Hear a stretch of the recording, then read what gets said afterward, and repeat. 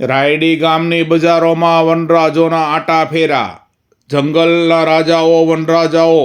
અમરેલી જિલ્લાના ખાંભા તાલુકાના રાયડી ગામની બજારોમાં આવી ચેડાના વિડીયા સોશિયલ મીડિયામાં વાયરલ થયો. ગ્રામ્ય વિસ્તારમાં ભૂખ્યા સિંહોએ લટાર મારી રાયડી ગામમાં એક ગાયનો શિકાર કર્યો. અહીંના ગ્રામ્ય વિસ્તારોમાં સિંહોની લટાર હવે સામાન્ય થઈ રહી છે.